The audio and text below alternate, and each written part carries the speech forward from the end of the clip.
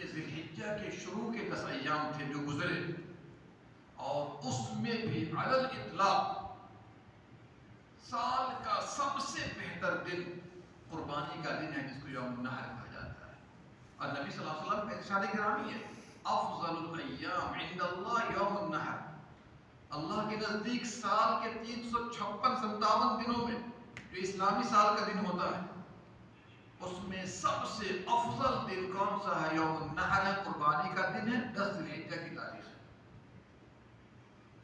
اگر جگہوں میں دیکھیے گا، سب سے زیادہ عظمت والی جگہ مکہ مکرمہ ہے، اور اس میں بھی مسجد حرام ہے، اور مسجد حرام میں بھی خانہ کعبہ ہے، جس میں ایک نماز کا ثواب 1,00,000 نماز کے برابر ہے، چاہے فرض ہو، چاہے سنت ہو، چاہے نفل ہو۔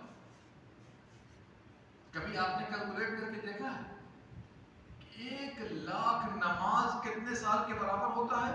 جوڑ کر کے دیکھیے گا، کم و بیش 55 سال کے برابر ہوتا ہے۔ کتنا؟ 55 سال۔ اللہ، ایک نماز مسجد حرام میں آپ نے پڑھ لیا، ایک نماز، چاہے سنت ہو، نفل ہو، فرض ہو، کوئی بھی ہو، بتائیے 55 سال کے دوسری مسجدوں میں، دوسری جگہوں میں نماز پڑھنے کے برابر۔ اللہ، اب آپ اندازہ کر لیجیے، کیا پتہ چلا؟ اللہ جسے چاہتا ہے چن لیتا ہے۔ انسانوں میں چنا، انسانوں میں چنا، اور چننے میں سب سے بڑا انتخاب کیا امام الانبیاء، افضل البشر محمد صلی اللہ علیہ وسلم کا، سب سے اعلیٰ مقام پر پہنچا دیا۔ کن کو؟ ہمارے اور آپ کے حبیب محمد صلی اللہ علیہ وسلم کو۔ یہ چننے کی بات ہے، وَرَبُّكَ يَخْلُقُ مَا يَشَاءُ وَيَخْتَارُ، آپ کا رب پیدا کرتا ہے اور چن لیتا ہے جسے چاہتا ہے۔ مَا كَانَ لَهُمُ الْخِيَارَةُ، لوگوں کو اختیار نہیں ہے چننے کا۔ جی، اب آپ بتائیے، کوئی جانتا تھا کہ عرب کی دنیا میں کوئی پیدا ہوگا جو تمام انبیاء کا امام ہوگا، اور تمام انبیاء سے ان کے لیے ایگریمنٹ لیا جائے گا، عقد لیا جائے گا؟ یہ کوئی جانتا تھا؟ کوئی نہیں جانتا۔ بتائیے، آدم کے بیٹے اور آدم پیچھے رہ گئے، دیکھا آپ نے؟ یہ چننے کی بات ہوتی ہے۔ بات سمجھ میں آ رہی ہے؟ تو مہینوں میں 4 مہینوں کا انتخاب کیا حرمت کے لیے، 4 مہینے حرمت والے۔ کتنے؟ 4 مہینے، جن کو عربی میں کہا جاتا ہے اشہر الحرم، حرمت والے مہینے۔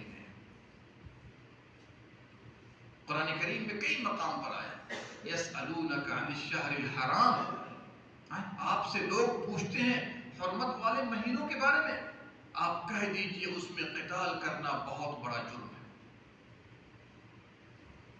آئیے اس آیت کا ترجمہ دیکھ لیتے ہیں۔ اللہ نے فرمایا، ان عدت الشہور عند اللہ 12 شہرا فی کتاب اللہ، مہینوں کی گنتی، کیا؟ مہینوں کی گنتی اللہ کے نزدیک 12 ہے۔ ان عدت الشہور عند اللہ 12 شہرا فی کتاب اللہ، اور یہ کب سے مہینوں کی 12 گنتی ہے؟ یوم خلق السماوات والارض، جس دن اللہ نے آسمان و زمین کو پیدا کیا ہے۔ اور آیت خود بتلاتی ہے، منہا اربعۃ حرم، ان میں 4 مہینے حرمت والے ہیں، یعنی سب سے زیادہ احترام اللہ کے نزدیک ان 4 مہینوں کا ہے۔ نبی صلی اللہ علیہ وسلم نے حجۃ الوداع کے موقع پر، صحیح بخاری کی روایت ابو بکر رضی اللہ عنہ سے، نبی صلی اللہ علیہ وسلم نے حجۃ الوداع میں خطبے کے اندر کہا تھا، ان الزمان، توجہ کے ساتھ سنیے، ان الزمان قد استدار کہیته یوم خلق اللہ السماوات والارض، زمانہ گھوم پھر کر کے اس حالت پر آ گیا ہے جس طرح اللہ نے زمانے کو پیدا کیا تھا۔ ان میں سے 4 مہینے حرمت والے، احترام کے لائق ہیں سب سے زیادہ، اب 3 مہینے لگاتار ہیں۔ 4 مہینے حرمت والے ہیں، جن میں 3 مہینے لگاتار ہیں، پیدل پہ ہیں۔ کون کون سا مہینہ ہے؟ بولیے، ذی القعدہ، ذی الحجہ، جس کو ذو الحجہ بھی کہتے ہیں، محرم، یہ 3 مہینے لگاتار۔ اور چوتھا مہینہ ہے رجب و مضر، رجب کا مہینہ ہے، اور نبی صلی اللہ علیہ وسلم نے رجب کے مہینے کے ساتھ مضر لگا دیا، اس بات کو بتلانے کے لیے کہ پورا عرب مہینوں کو آگے پیچھے کیا کرتا تھا، لیکن مضر قبیلہ تھا عرب کا جو آگے پیچھے رجب کو نہیں کرتا تھا۔ نہیں بات سمجھ میں آ رہی ہے؟ 3 پیدل پہ ذیقات، ذوالحجہ، محرم، تینوں پہ لگاتار، اور چوتھا رجب۔ امام ابن کثیر رحمہ اللہ نے ایک بڑی اچھی بات کہی ہے کہ اللہ نے 4 مہینے ہی حرمت والے کیوں بنائے؟ توجہ کیجئے گا میرے ساتھ، 4 مہینے حرمت والے ہی کیوں بنائے، اور یہ چاروں مہینہ کیوں بنائے؟ 2 بات ہو گئی نا۔ اللہ نے سال کے 12 مہینوں میں 4 مہینے حرمت والے بنائے، بنائے کہ نہیں بنائے؟ 5 نہیں بنایا، 6 نہیں بنایا، 4 ہی بنایا، بنایا نا۔ ایک سوال یہ 4 ہی کیوں بنایا؟ اچھا دوسرا سوال کہ 4 بنایا تو ذیقات، ذوالحجہ، محرم اور رجب کو کیوں بنایا؟ 2 سوال ہو گئے نا۔ کتنے سوال ہو گئے؟ 2 سوال ہو گئے۔ حافظ ابن کثیر نے اس کا جواب دیا ہے، 4 مہینے حرمت والے بنانے کی ضرورت اس لیے پیش آئی کہ مکے کے کفار، عرب کے کفار مہینوں کو آگے پیچھے کر دیتے تھے، اپنے حساب سے لے آتے تھے۔ سفر کی جگہ محرم کو رکھ دیا، محرم کی جگہ سفر کو رکھ دیا، نہیں سمجھا؟ تو اللہ تعالیٰ نے ذیقات کو حرمت والا اس لیے بنایا کہ حجاج کرام دنیا کے کونے کونے سے وہاں پہنچ جائیں اطمینان و سکون کے ساتھ، اطمینان و سکون کے ساتھ پہنچ جائیں۔ ظاہر سی بات ہے دنیا کے کونے کونے سے لوگ آئیں گے، حرمت والا مہینہ عرب کے کفار بھی مانتے تھے اس کو، اس لیے بنا دیا کہ ساری دنیا کے حاجی، اور اس زمانے میں تو کفار بھی حج کرتے تھے، لوٹ مار نہ ہو، ظلم و زیادتی نہ ہو، قتل و غارت گری نہ ہو، حرمت والا مہینہ چنا حج کے لیے کہ حجاج کرام اس مہینے میں کہاں پہنچ جائیں گے بھائی؟ مکے میں پہنچ جائیں گے۔ نہیں بات سمجھ میں آ رہی ہے؟ اب اس کے بعد والا مہینہ حرمت والا کیوں کیا؟ تاکہ لوگ اطمینان سے حج کر لیں، اطمینان سے حج کر لیں، اور حج کر کے کہاں چلے جائیں گے؟ محرم تک اپنے اپنے گھروں کو اطمینان سے پہنچ جائیں گے۔ 3 مہینہ لگاتار رکھا۔ رجب کا مہینہ کیوں رکھا درمیان میں؟ رجب اسلام کا کون سا مہینہ ہے؟ کون سا مہینہ ہے؟ 7واں ہے۔ کون سا مہینہ ہے؟ 7واں، چونکہ رمضان 9واں مہینہ ہوتا ہے۔ 7ویں مہینے کو اس لیے رکھا حرمت والا کہ لوگ حج وغیرہ کر کے تو چلے گئے، اب جس کو بھی عام طور پر عمرہ کرنا ہوگا، پوری دنیا میں لوگ چاہیں گے اطمینان و سکون سے آ کے عمرہ کر لیں، 1 مہینہ درمیان میں رکھا کہ بغیر لوٹ مار کے، قتل و غارت گری کے لوگ آئیں گے، عمرہ وغیرہ کر کے چلے جائیں گے۔ نہیں بات سمجھ میں آئی؟ اب سوال یہاں پر ایک اور پیدا ہوگا، یہ جو ترتیب ہے محرم، صفر، ربیع الاول وغیرہ، پوری ترتیب 12 مہینوں کی، یہ کس نے لگایا؟ یہ اللہ کے نبی صلی اللہ علیہ وسلم نے نہیں لگایا۔ کس نے لگایا؟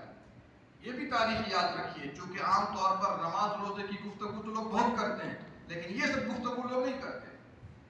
عمر فاروق رضی اللہ عنہ نے مشورہ کیا، یہ دور عمر تک اس کا وجود نہیں تھا، یہ ترتیب اور اس کے حساب سے کام کرنا، یہ پوری ترتیب جو ہے نبی صلی اللہ علیہ وسلم نے بھی نہیں کیا، ابو بکر صدیق نے بھی نہیں کیا۔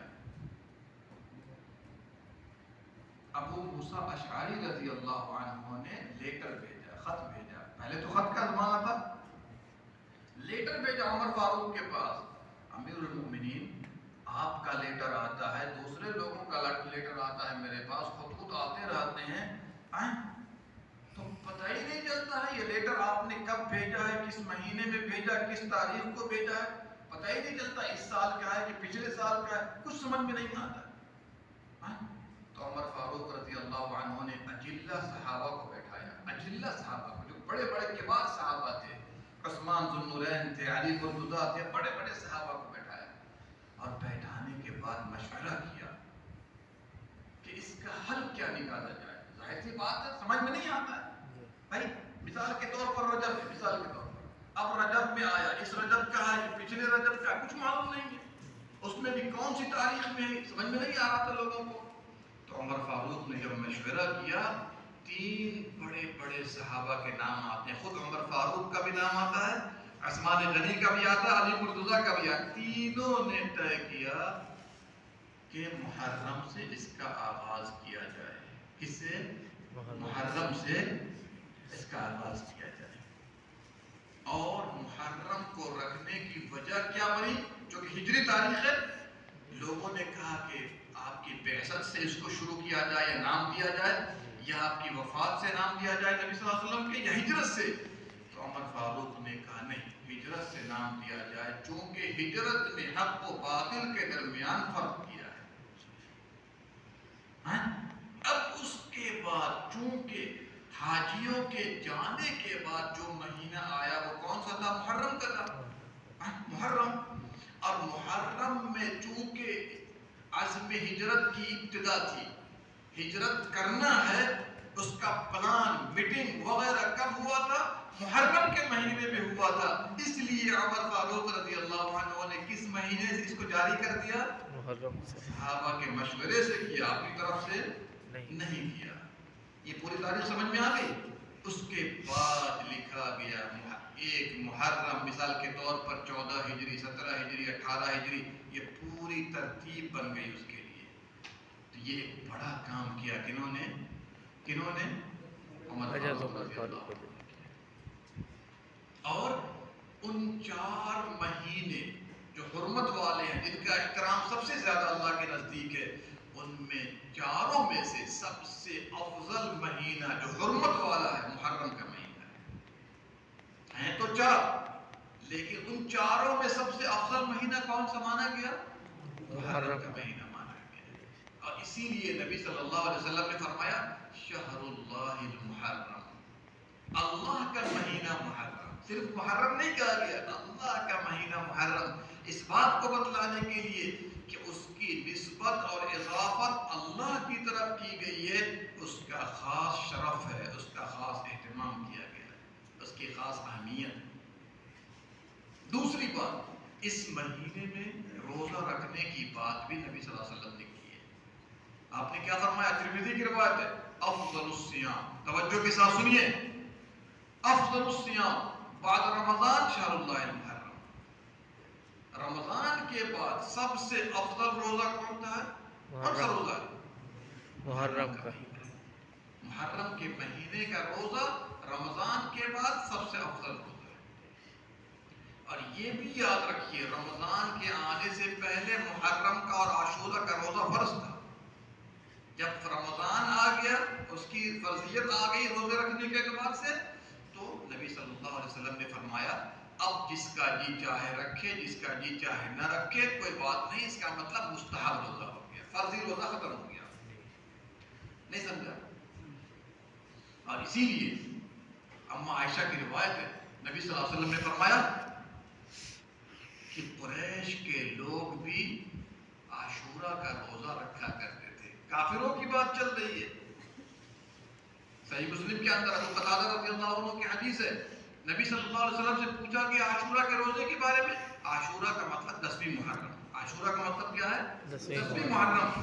تو آپ نے فرمایا احتسب علی اللہ ان یکفر السنۃ التي قبلہ، عاشورہ 10ویں محرم کا روزہ 1 سال کے گناہوں کا کفارہ ہے، گزرے ہوئے 1 سال کے گناہوں کا کفارہ ہے۔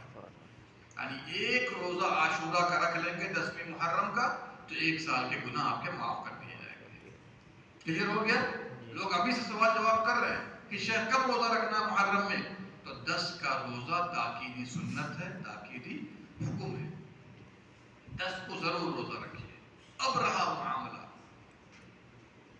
کہ 10 کو روزہ آپ نے رکھا کیوں؟ سوال پیدا ہوگا، کیوں رکھا آپ نے 10 کو روزہ؟ تو عبداللہ ابن عباس کی حدیث اس کو واضح کرتی ہے۔ کیا؟ جب نبی صلی اللہ علیہ وسلم مدینہ طیبہ تشریف لائے، یہودیوں کو بھی دیکھا روزہ رکھتے ہوئے، پوچھا تم لوگ کیوں روزہ رکھتے ہو؟ حالانکہ اس سے پہلے سے ہمارے نبی صلی اللہ علیہ وسلم روزہ رکھ رہے تھے، نہیں سمجھا؟ اور قریش کے کفار بھی روزہ رکھ رہے تھے، لیکن جب مدینہ پہنچے تو یہودیوں کو بھی دیکھا روزہ رکھتے ہوئے، تو پوچھا تم لوگ کیوں روزہ رکھ رہے ہو؟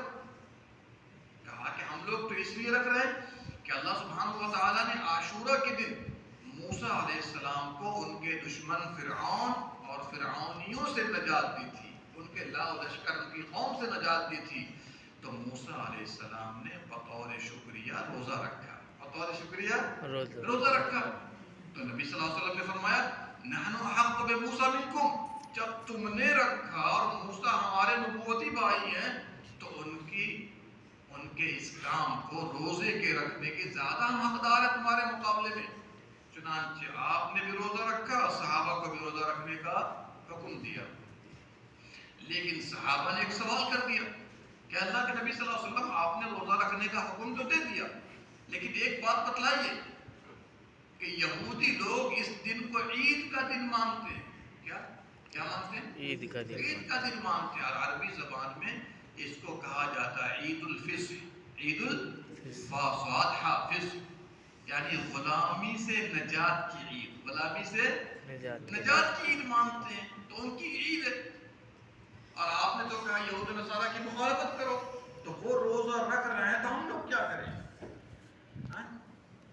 تو کہا ٹھیک ہے آئندہ سال میں زندہ رہا تو 10 کے ساتھ 9 کا بھی روزہ رکھوں گا. لئن بقیت الی قابل لاصومن الدار سے اگر میں آئندہ سال زندہ رہا تو 10 کے ساتھ 9 کا بھی روزہ رکھوں گا. 10 کے ساتھ. کچھ لوگوں کی سوچ الٹ گئی, کہا کہ آپ 10 کو نہیں رکھنا صرف 9 ہی کو رکھنا ہے. 10 کے ساتھ 9 کو بھی روزہ رکھنا ہے تاکہ یہود کی مخالفت ہو جائے. یہود کی مخالفت ہو جائے. اور ایک روایت میں ہے کہ 10 کو رکھو یا 11 کو رکھو کوئی بات نہیں, افضل 9-10 ہے. افضل 9-10 ہے. اگر کوئی 9 کو نہیں رکھ سکا تو 10-11 کو رکھ لے. اور اگر نہیں ہے فرصت اس کے پاس, بزی ہے بہت زیادہ یا ہیوی کام ہے تو کم سے کم 10 کا تو رکھ لو. کم سے کم 10 کا تو رکھ لو, ہے کہ نہیں؟ یہ تو ہم آپ کو انشاءاللہ آئندہ بتلائیں گے کہ ایک نفلی روزہ, فرضی تو ہے نہیں, مستحب روزہ, مسنون روزہ 1 سے 2 بدل گیا. 1 سے 2 میں ہو گیا نا. رکھنا تھا صرف 10 کو لیکن یہود کی مخالفت میں 1 سے کتنا ہو گیا؟ 2 ہو گیا. آخر اس میں حکمت کیا ہے اور عاشورہ سے ہمیں کیا سبق ملتا ہے انشاءاللہ ہم لوگ بعد میں گفتگو کریں گے. لیکن یہاں پر اتنا ضرور یاد رکھیے گا کہ ہمیں اور آپ کو چاہیے 9 اور 10 کو ضرور روزہ رکھیں. 9 اور 10 کو بولیے. آج کتنی تاریخ ہے؟ جمعہ کتنی تاریخ ہے؟ 3. ابھی آپ لوگ آگے پیچھے ہو رہے ہیں. آگے تو اللہ ہی مالک ہے, ابھی کتنا آگے پیچھے ہوں گے؟ 3 ہے. آج 4 ہے یعنی سنیچر 5 ہے. کل سنیچر ہے نا, 5 ہے کل. تو آپ لوگ ابھی سے دھوکے کے شکار ہیں. نہیں سمجھے میری بات کو؟ اس لیے کان کھول کر سن لیجئے. دیکھیے کیلنڈر میں اور تاریخ ہے لیکن کیلنڈر کے حساب سے ہمیں نہیں چلنا ہے. کس کے حساب سے چلنا ہے؟ چاند کے حساب سے چلنا ہے. تو چاند کے اعتبار سے آج جمعہ کا جو دن تھا ہمارا یہ 4 تاریخ. کتنی تاریخ تھی؟ 4 تاریخ تھی. انشاءاللہ سنیچر 5, اتوار 6, سوموار 7, منگل 8. اس کا مطلب بدھ اور جمعرات کو رکھنا ہے. کب رکھنا ہے؟ بدھ 9 ہے اور جمعرات 10. کلیئر ہو گیا؟ اگر کوئی بدھ کو نہیں رکھ سکا تو جمعرات اور جمعہ کو رکھ لے, کوئی بات نہیں, ہے کہ نہیں؟ تو اس لیے ہمیں اور آپ کو چاہیے اس کا کیا کرے بھائی؟ اہتمام کرے. کیا کرے؟ اہتمام کرے. اور یہ روزے اپنے گھر والوں کو بھی بتائیے, اپنے گھر والوں کو بھی بتائیے, بچوں سے بھی رکھوائیے. نبی صلی اللہ علیہ وسلم کے زمانے میں بچے بھی عاشورہ کا روزہ رکھتے تھے. بچے بھی رکھتے تھے. نہیں سمجھا؟ ایک صحابی ہے جن کا نام ربیع. کیا نام ہے؟ ربیع. یہ کہتی ہیں کہ ہم لوگ اپنے بچوں سے بھی روزہ رکھواتے تھے. جب ان کو بھوک پیاس لگتی, ظاہر سی بات بچے ہیں نا, ٹریننگ دیکھیے کیسے دی جاتی تھی. ٹریننگ کا اثر تھا کہ بچے بڑے ہو کر روزہ رکھتے تھے. بچپن سے ماں باپ مسجد لے جاتے تھے تو بچے بڑے ہو کر مسجد جاتے تھے. اور سوچ اور فکر بالکل اسلامی ہو گئی تھی. کیا ہو گئی تھی؟ بالکل اسلامی.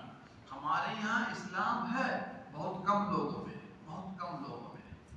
آج آپ دیکھ لیجئے 30 سال 40 سال کا نماز نہیں پڑھتا. کیوں بھائی؟ کیوں نہیں پڑھتا؟ کیوں نہیں پڑھتا؟ نہیں بولیے کیوں نہیں پڑھتا؟ اس لیے کہ باپ انگلی پکڑ کے مسجد نہیں لے گیا اس کو.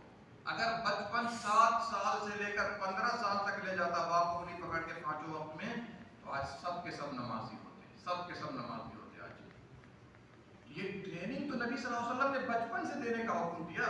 آپ نے فرمایا 7 سال کے بچوں کو نماز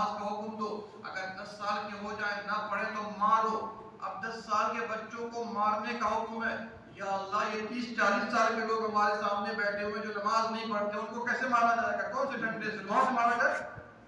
کسے مارا جائے بتائیے مجھے آپ۔ 10 سال کے بچوں کو مارنے کا حکم اگر وہ نماز نہ پڑھے تو 30 سال 25 سال شادی ہو گیا، اس کا بچہ ہو گیا، وہ بچہ نہیں رہا، اس کو کیسے مارا جائے گا؟ بتائیے آپ فیصلہ کیجیے آپ۔ اس لیے میرے بھائیو یاد رکھیے گا، بچپن سے بچوں کو اگر آپ نماز پڑھنے لے جائیں گے تو انشاءاللہ بڑے ہو کر وہ خود جا کر نماز پڑھیں گے۔ اگر سستی کریں گے اس کا وبال آپ کے اوپر آئے گا، اور وہ بھی ہو سکتا ہے کہیں مسجد کو نہ جائے۔ ہو سکتا ہے کہ نہیں ہو سکتا؟ اللہ ہدایت دے تو یہ غلط بات ہے، لیکن ایسی غلطی مت کیجیے۔ جیسے آپ پیسہ کوڑی بھیجتے ہیں نا اپنے گھروں کو، ویسے ضرور پوچھئے۔ روزانہ فون کرتے ہیں، صبح میں بھی کرتے ہوں گے، شام میں بھی کرتے ہوں گے کہ نہیں کرتے ہوں گے؟ صبح میں بھی پوچھئے کہ نماز پڑھا فجر کی کہ نہیں پڑھا، سب سے پوچھئے، بچوں سے بھی پوچھئے۔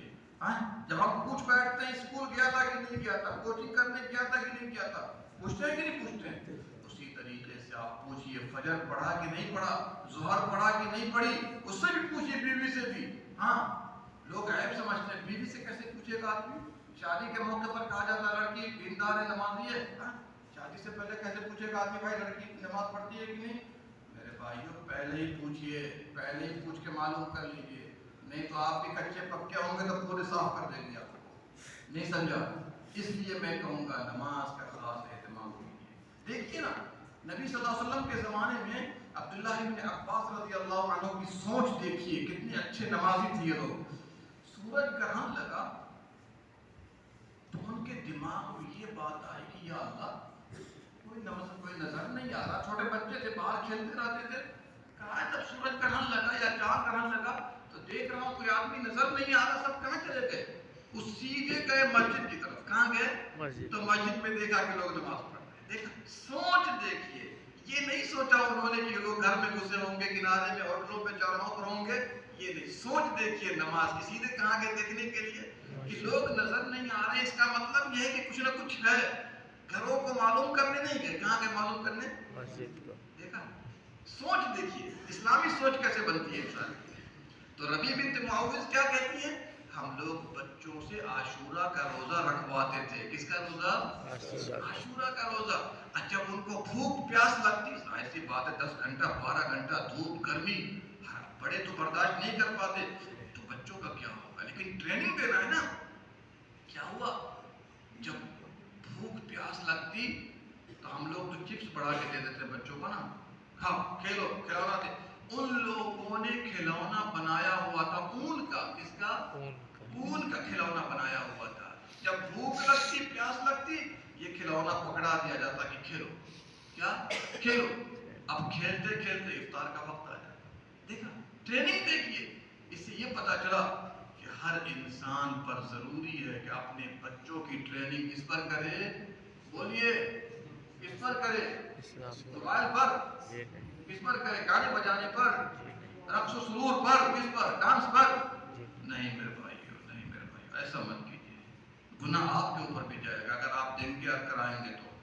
نبی صلی اللہ علیہ وسلم نے فرمایا کلکم راعٍ وکلکم مسئول عن رعیتہ، تم میں سے ہر آدمی نگہبان ہے، قیامت کے دن ماتحتوں کے بارے میں سوال کیا جائے گا، ماتحتوں کے بارے میں سوال کیا جائے گا۔ اس لیے میرے بھائیو عاشورہ کے بارے میں ہم نے چند اہم باتیں بتلا دی ہیں، اور یہ بھی یاد رکھ لیجئے کہ جو محرم کا مہینہ ہے اور عاشورہ کا دن ہے 10ویں محرم کا، تو ہمیں روزے کے علاوہ کچھ اور کام کرنے کی اسپیشل ضرورت نہیں ہے، صرف روزہ ثابت ہے۔ کیا ثابت ہے؟ صرف روزہ ثابت۔ ایک بات کلیئر ہو گئی؟ اب کوئی کہے کہ جی اسپیشل نماز ہے، کوئی کہے کہ اسپیشل یہ کام کرنا ہے، نیاز ہے، فاتحہ ہے، چالو، کچھ نہیں، صرف روزہ ثابت ہے۔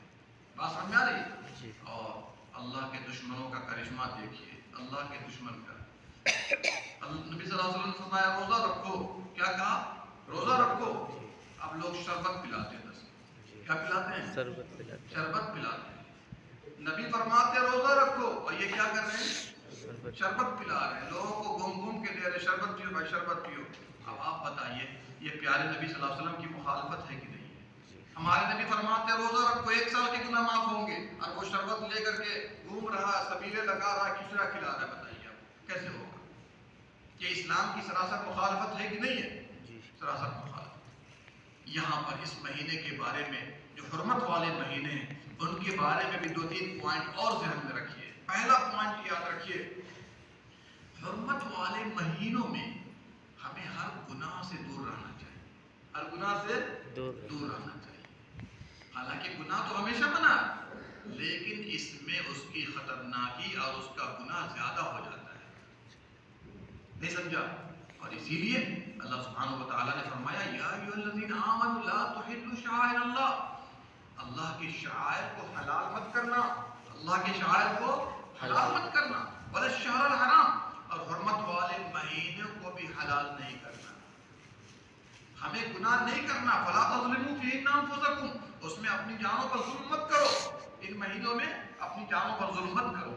اس کا مطلب عام دنوں میں ایک گناہ کرنے پر اگر گناہ لکھا جائے گا تو اس مہینے میں، حرمت والے مہینوں میں زیادہ گناہ لکھا جائے گا۔ جیسے آپ نے مکے کے بارے میں سنا ہوگا، مکے میں گناہ کا پختہ ارادہ کرنے پر گناہ لکھا جاتا ہے، اور عذاب علیم کی بات کی گئی، دردناک عذاب کی بات کی گئی ہے۔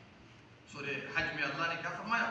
وَمَن يُرِدْ فِيهِ بِإِلْحَادٍ، جیسے ایک نماز کا 1 لاکھ کے برابر ثواب ہے، ویسے گناہ بھی کریں گے تو زیادہ گناہ ہوگا وہاں پر۔ یہ مت سمجھیے گا کہ ایک گناہ کریں گے ایک ہی گناہ کا گناہ ہوگا، ایسا نہیں، بلکہ گناہ کا پختہ ارادہ کر لیں گے۔ گرچہ گناہ نہیں کیا، پختہ ارادہ ہو گیا تو اللہ فرماتا ہم دردناک عذاب چکھائیں گے۔ کیا چکھائیں گے؟ دردناک عذاب چکھائیں گے۔ اس لیے کوئی گناہ کا کام اس مہینوں میں نہیں ہونا چاہیے۔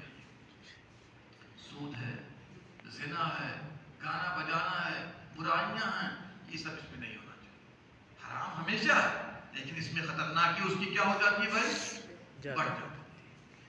دوسری بات، ان مہینوں میں عبادات کا خاص اہتمام کیجیے، خاص اہتمام کیجیے۔ کیوں؟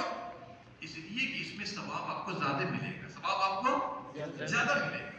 تیسری بات، جو اللہ کے حدود ہیں، اللہ کے حدود، باؤنڈری سمجھتے ہیں؟ اور ایک بات اور بتلا دیتا ہوں، قرآن میں جا بجا دل کا حدود اللہ آپ نے پڑھا ہوگا، جانتے ہیں نماز کے ذکر میں کبھی بھی اللہ نے نہیں کہا دل کا حدود اللہ، روزہ کے ذکر میں اللہ نے کبھی بھی نہیں کہا دل کا حدود اللہ، کبھی بھی نہیں کہا۔ پورے قرآن کو دیکھ جائیے آپ جا کر کے، کہاں پہ گھریلو معاملات کو جب اللہ نے بیان کیا تو وہاں پہ ضرور کہا دل کا حدود اللہ۔ آئیے میں آپ کو 2 مثالیں دیتا ہوں۔ جہاں پر وراثت کی تقسیم کی بات آئی، وراثت کی تقسیم کی بات آئی، آپ نے سنا ہے نا، سورہ نساء کے اندر ہے، تو اس کے بیان کرنے کے بعد بیوی کو کتنا ملے گا، بیٹا کو کتنا ملے گا، بیٹی کو کتنا ملے گا، پوری تفصیل ہے قرآن میں، جا کے دیکھیے گا۔ اور جب اس کو بیان کر دیا تو قاتل کا حدود اللہ، یہ اللہ کی باؤنڈری ہے۔ اور اس کے بعد والی آیت میں کیا کہا؟ وَمَن يَتَعَدَّ حُدُودَ اللَّهِ، جو اللہ کی باؤنڈری کو پھلانگے گا تو ایسے لوگوں کو اللہ تعالیٰ عذاب چکھائے گا۔ کیا چکھائے گا؟ عذاب چکھائے گا۔ جب طلاق کا ذکر کیا، سنیے، طلاق کا ذکر کیا تو بھی وہاں پر قاتل کا حدود اللہ، جو اللہ، یہ اللہ کے حدود ہے، باؤنڈری ہے۔ کیا پتا چلا؟ ان مہینوں میں اللہ کی باؤنڈری کو بھی پھلانگنے کی قطعاً ضرورت نہیں ہے۔ اس طرح سے، اور آخری پوائنٹ سنا کر میں اپنی بات ختم کر دیتا ہوں کیونکہ وقت بھی ہو چکا ہے۔ اس مہینے میں اور ہمیشہ نبی صلی اللہ علیہ وسلم کے تمام دوستوں کے ساتھ پیار محبت کا اظہار ہونا چاہیے، کیونکہ صحابہ کرام کی محبت یہ ہمارے لیے دین ہے، ایمان ہے، احسان ہے۔ امام طحاوی نے عقیدہ طحاویہ کے اندر لکھا ہے کہ صحابہ کی محبت، کان کھول کر سن لیجئے، یہ سوشل میڈیا کا دور ہے، کئی صحابہ کرام کو برا بھلا کہا جاتا ہے، بلکہ مجموعی طور پر اللہ کے دشمن شیعہ، روافض وغیرہ تمام صحابہ کو برا بھلا کہتے ہیں، 1-2-4 کو چھوڑ کر کے۔ خبردار خبردار، وہ اسلام سے باہر تو نکل ہی جائیں گے اس طرح کرنے سے، اور ہمارے لوگ ساتھ دینے والے بھی اسلام سے باہر ہو سکتے ہیں۔ اس لیے تمام صحابہ A to Z، جتنے بھی صحابہ ہیں ہمارے نبی کے، سب کے ساتھ محبت، ایمان ہے، احسان ہے، دین ہے۔ چاہے وہ کوئی بھی ہو، ابو ہریرہ ہو، عمر فاروق ہو، عثمان ہو، علی ہو، جتنے بھی صحابہ کرام ہیں، معاویہ ہو، سب کے سب ان کے دوست ہیں۔ بعد والے ان صحابہ کا مقابلہ کر سکتے ہیں؟ چاہے وہ کتنا بھی تہجد گزار ہو جائے، ایمان پر رہے، مقابلہ نہیں کر سکتے۔ کیوں؟ انہوں نے اپنے حبیب کو اپنی آنکھوں سے دیکھا ہے، ان کے ساتھ ہجرت کی ہے، ان کے ساتھ قتال کیا ہے، ان کے ساتھ نمازیں پڑھی ہیں۔ آپ کیا مقابلہ کر سکتے ہیں؟ ہم کیا مقابلہ کر سکتے ہیں ان کا؟ جی نہیں کر سکتے۔ کر سکتے ہیں؟ نہیں کر سکتے۔ اس لیے کسی بھی صحابی کو، چاہے ایک صحابی ہو، برا بھلا کہنا، امام احمد بن حنبل فرماتے ہیں رحمہ اللہ کہ اس کے اسلام پہ شک ہے۔ کس پر شک ہے؟ اس کے اسلام پہ شک ہے۔ اگر کوئی معاویہ کو برا بھلا کہے، کوئی عثمان غنی کو برا بھلا کہتا ہے، اس کے ایمان پر شک ہے، اس کے اسلام پر شک ہے۔ ڈاؤٹ نشان لگ گیا، سوالیہ نشان ہو گیا اس کے اوپر، اس لیے کہ ہر صحابی نے دین کو منتقل کیا ہے۔ ہم امیر معاویہ سے، علی مرتضیٰ سے، عثمان سے کیوں محبت کرتے ہیں؟ کیوں کرتے ہیں؟ انہوں نے ہمارے نبی کو دیکھا، ان سے دوستی کی ہے، ان کے دین پر چلے، طریقے پر چلے، اور سب سے بڑی بات اسلام کو منتقل کیا۔ کیا کیا؟ اگر آپ صحابہ کرام پر طعن و تشنیع کریں گے، اس کا مطلب قرآن بھی مشکوک ہو جائے گا، حدیثیں بھی مشکوک ہو جائیں گی۔ ہوں گی کہ نہیں ہوں گی؟ اس لیے کہ ہم تک کس نے پہنچایا اس کو؟ کس نے پہنچایا؟ صحابہ کرام نے پہنچایا۔ صحابہ نے تابعین کو، تابعین نے اپنے بعد والوں کو۔ اگر آپ ان پر نشان لگائیں گے، اس کا مطلب قرآن پر نشان لگے گا، حدیث پر نشان لگے گا۔ اس لیے کسی ایک صحابی کو برا بھلا کہنا کیا ہے؟ نفاق ہے۔ کیا ہے؟ نفاق ہے۔ اسی لیے میں کہتا ہوں، اگر کہیں پر بھی کوئی ایک صحابی کے خلاف بدتمیزی کرتا ہے، سمجھیے وہ اللہ کا دشمن ہے۔ کس کے خلاف؟ اور ایک بات اور جاتے جاتے سن کر کے جائیے، صحابہ کے درمیان بھی اختلافات کچھ مسائل میں ہو گئے، کبھی جھگڑا بھی ہو گیا، کبھی قتال بھی ہو گیا، ورنہ بیعت رضوان کے بعد جنگ جمل ہے، جنگ صفین ہے، بہت ساری جنگیں ہو گئی ہیں صحابہ کے درمیان اجتہادی معاملات میں۔ تو کیا ہم کسی کا ساتھ دیں، کسی کو برا بھلا کہیں؟ کیا؟ اہل سنت والجماعت کا عقیدہ ہے، کان کھول کر سن لیجئے گا، اگر صحابہ کے درمیان جھگڑے، اختلافات اور قتال کی بات آئے، منہ کو بند رکھیے۔ اگر کھولیں گے بہت ممکن ہے جہنم کی طرف چلے جائیں گے۔ اسی لیے امام ابن تیمیہ رحمہ اللہ نے اہل سنت کا عقیدہ پیش کیا ہے، صحابہ کے درمیان جتنے بھی جھگڑے ہوئے، ہمیں زبان کو روک کر رکھنا ہے، بس ختم۔ اگر کوئی درستگی کو پہنچ گئے ان میں سے ڈبل ثواب ہے، اور اگر نہیں پہنچ سکے تو چونکہ ہم کسی کی نیت پر حملہ نہیں کر سکتے، ہمیں نہیں معلوم ہے کس کی نیت کیسی ہے، کیا ہے، ہمیں اچھا گمان کرنا ہے۔ کیا کرنا ہے؟ اچھا گمان۔ آپ اپنے باپ کو گالی دے سکتے ہیں؟ باپ کو برا بھلا کہہ سکتے ہیں؟ یہ تو ہمارے باپ کے باپ کے باپ کے باپ ہیں یہ سب۔ بتائیے تو، جب ہم اپنے باپ کو برا بھلا نہیں کہہ سکتے ہیں تو نبی کے دوستوں کو کیسے برا بھلا کہہ رہے ہیں؟ اس لیے میرے بھائیو، یہ میں نقطہ بار بار آپ سے کہنا چاہ رہا ہوں، سوشل میڈیا کا دور ہے، بڑے بڑے ایسے شیاطین مسلمانوں کے عالموں کے نام پر بیٹھے ہوئے ہیں سوشل میڈیا کے اوپر، جو صحابہ کو برا بھلا کہتے ہیں، کوئی معاویہ کو برا بھلا کہہ رہا ہے، کوئی عثمان کو برا بھلا کہہ رہا ہے۔ خبردار کہ ہم ان کا ساتھ بھی دیں۔ رضی اللہ عنہم ورضوا عنہ، اللہ ان سب سے راضی ہوا، یہ سب اللہ سے راضی ہو گئے۔ جس سے اللہ راضی ہو گیا، آپ ناراض کیوں ہو رہے ہیں یہ بتائیے؟